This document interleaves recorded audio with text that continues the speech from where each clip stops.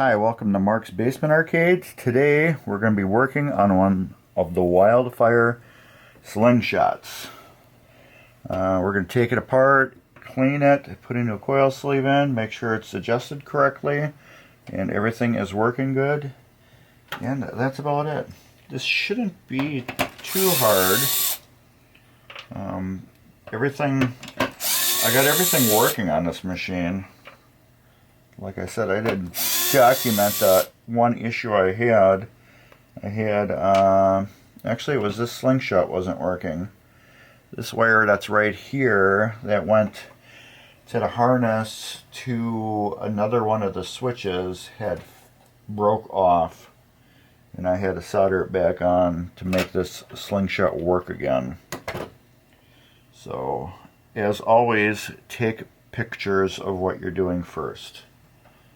I have done a few of these, so they're not that hard, and I don't feel like I need to take a picture, but you may need to take a picture. What I do right now is just I'm going to clean the dust off this spring.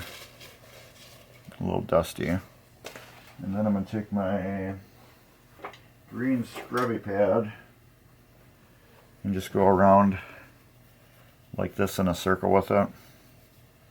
This will just take some of the crustiness off of it. You know, these are kind of like bare metal and they kind of get crusty over the years. I don't think it affects too much of the performance of it,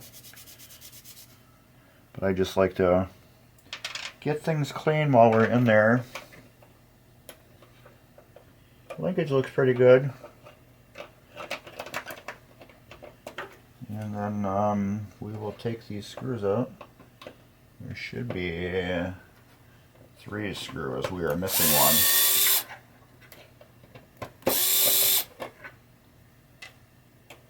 I will have to find a new one. That comes out. That's all good. Let's find a screw real quick. It's probably not going to be real quick. Under playfield. There we go. That was quick. Luckily, I label my boxes when I have to buy new screws and stuff like that. I label the boxes so I know exactly what is what. So let's get this apart first. This is actually the slingshot mechanism. Do I have a... yes we do. Take this hairpin clip off of it. And this is going to be a tougher one. I don't want to snap it loose. So I'm going to grab onto it with the little vice grips so I can clamp onto it and get it off a little easier. We won't need that vice grips probably anymore. I'm just cleaning the crusty off this. This is not going to really affect anything, I don't think. But like I say, you're there. Just clean it quick. This right here is going to affect the gameplay. For sure. For sure. I don't think there ever was a screw in there. You can't really see the hole here, but this is a big juicy hole. This is a big juicy hole, and that's a tiny little never been threaded hole. So that left the factory with no screw in it. Funny. We're going to clean this off, get the dirt and stuff off this piece right here. Then I'm going to take my old crusty scrubby pad. We're going to clean this off real good. What's nice about these pieces, these seem to be the same Williams Valley stern. This seems to be the exact same piece. For sure I can't say, but it looks like it to me. And it looks a little bent. I don't know if it is or not. It looks a little bent.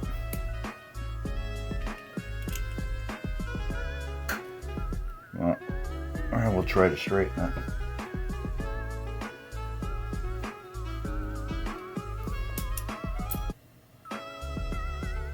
Yeah, it looks pretty straight to me. This was bent more like that. Now it's a lot straighter. I just grabbed it on the side right here and bent it over with the old vice grips. It just didn't seem right to be bent on an angle like that. Could have been bent like that over the years of the slingshot firing and not being anchored down all the way. Or maybe it just is like that. The other one doesn't appear to be like that.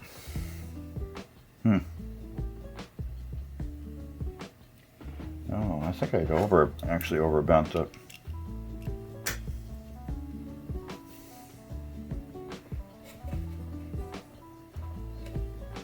There. Okay, that's clean. This pivot point right here, we will need to clean with a Q-tip.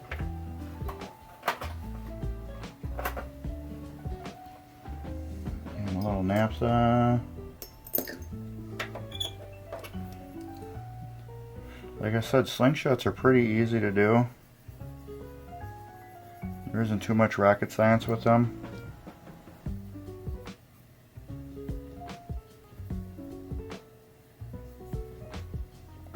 This is the area I really want clean in here. This right here, this I want to be nice and smooth. This is what engages the bumper rubber. So this I want really nice, smooth, and clean, like that. Take my newer scrubby pad and hit it. You don't want this to be sharp or anything. Williams, I know, this is like got a plastic guard on it. This is just metal on this game. So I'm just cleaning it really smooth because this is where my rubber hits, and this is flings the rubber for the slingshot. I'm cleaning off this area right here, and then this area right here, because that's where this is gonna go. It's gonna ride like that. But first, we're gonna put a little super lube on there to get it lubricated, because this is metal to metal. I know some people will be like, you don't need to lubricate metal to metal, it didn't have it. I'm a firm believer anything metal to metal that's got a rubbing point should be lubricated. I'm putting just right on the outside edge of this on both sides. And that's it. Clean it off my finger. We're going to clean this. This is rough. You can actually see it's kind of rough. So I'm really hoping this coil sleeve is good. Actually, let's get this old crusty one. It might look rough when we're done, but it will be smooth feeling. And I just spin it back and forth in my hand.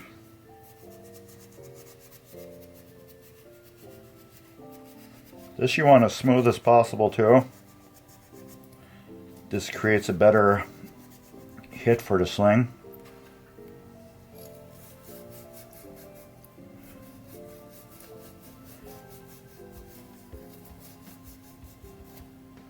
There. Nice. Nice. This is all clean and good. Let's take this off here and clean that real quick too.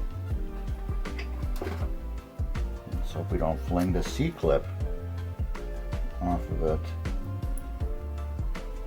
But anybody working on a pinball machine should know how to remove a C-clip. You should. Now, I'm not lubricating this part at all. It does not need to be lubricated. I'm just cleaning the dust off of it.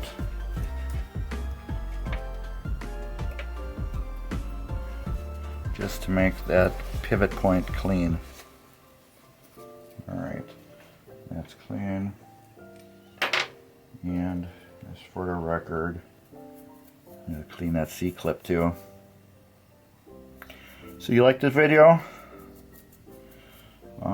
Just drop a little comment down there, or even better yet, subscribe. If you're finding this video helpful at all, please subscribe. Like and follow Mark's Basement Arcade. There we go. Whenever I put the C-clips on, I make sure I can spin them. That way I know it's on there correct.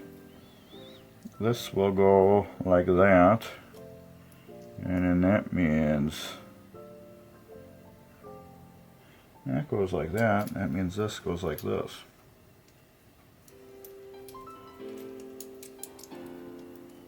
I don't think there's enough grease on there, to tell you the truth.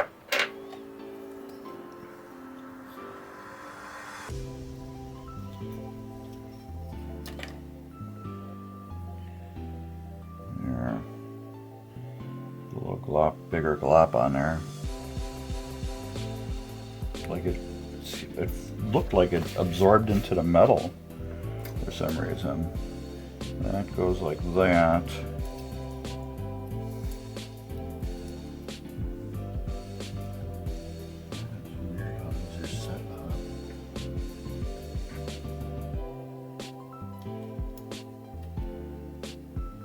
That will go like that.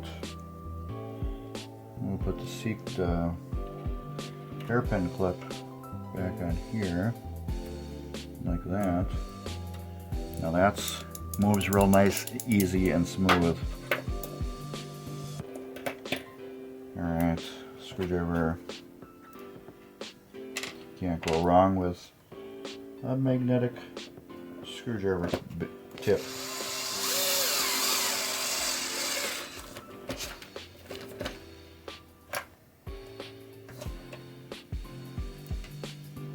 Now, a lot of people are like, don't use electric screwdrivers on wood. You shouldn't unless you know your equipment. Once you know your equipment, you shouldn't have any problem using it.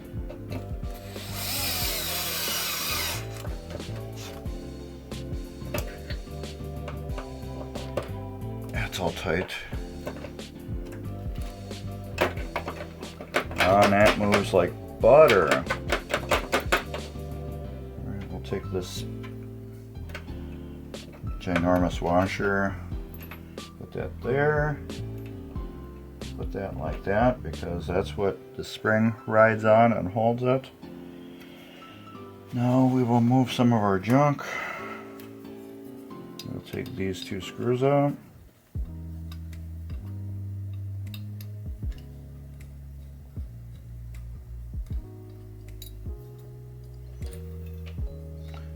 Out of the way.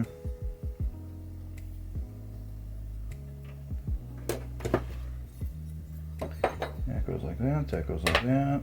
This sleeve comes out really easy. It's not damaged in any way. So that means there was no damage to the coil. Take some naps off. Rub the dirt off the coil.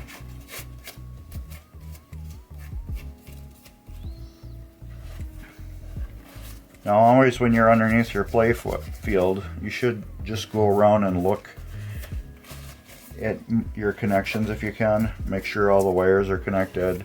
There's nothing stray, nothing looks burnt. Do all that stuff. It's just preventative maintenance anytime you're under your play field. It's just good pinballing. Or make a rule once a month, pop your game open, look underneath, best things you want to look for is for like shiny bits on the bottom of the cabinet. That lets you know that you have some issues with your coils, your coil stops, where they are wearing out and getting damaged. That's common on games that are played heavily. And this doesn't need to be cleaned. I'm just cleaning it. Like I said, you rebuild something, clean it. Clean pinball is a happy pinball. Garbage under there. This will go back like that. This is so thick. This will go back like that. Now I'm going to hold this and my thumb like that tight.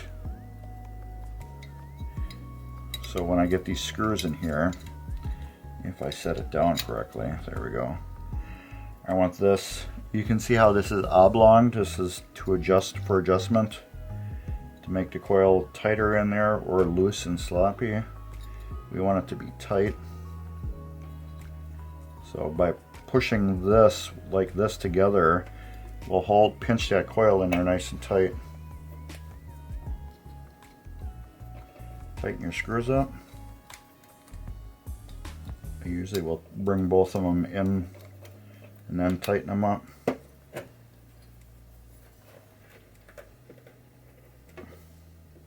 You'll need to get them really tight. They got lock washers on them. Bring your spring back up. Get it inside your coil like that. Make sure this is working good. Not binding, because you don't want to screw it down with it binding. Get your screws back in it. There's 3 of them. Now this is a normal thing that I do on all pinball machines I refurbish. Every part gets this treatment, even if it's working. I just do that on my machines when I sell them. I rebuild everything. I know a lot of people, if the game is working, they don't touch it. But this game was made in the 70s, and I think it deserves a little deep clean and some TLC. And bang. That's going to work another 30, 40 years easily. It's cleaned. It works even better than it did before than I cleaned it. It's a lot smoother now. Like I said, check your wiring. Just do all that stuff. Your diode's hooked up. You can shake these. Is actually a really good thing to do this. You want them to break now while you're working on it. You don't want them to break later. They're all good.